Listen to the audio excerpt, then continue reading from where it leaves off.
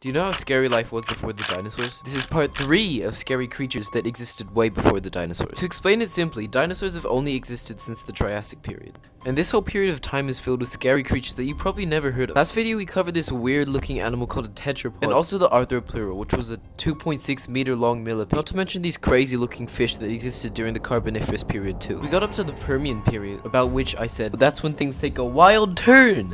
And that's because I think the Permian era might be the most interesting one we've talked about yet. Firstly, if you search up pictures of the Carboniferous period, you get something like this. And then if you search up pictures of the Permian period, you get something like this.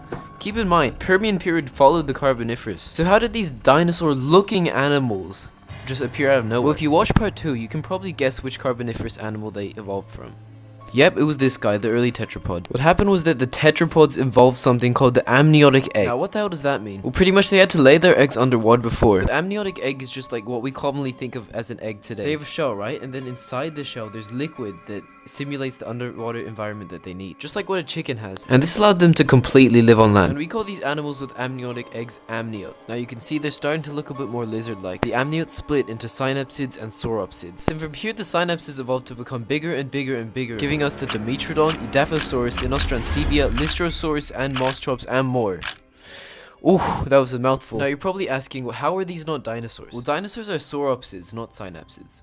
Sauropsids have 2 holes in their skull behind their eye, and synapsids have 1.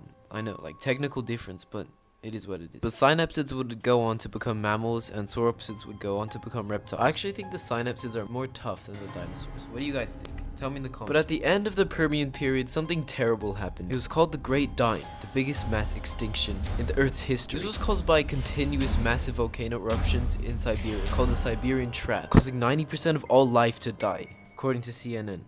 But one animal that did survive was the Archosaur, which went on to evolve into the first few dinosaurs on planet. Thanks for watching and please subscribe.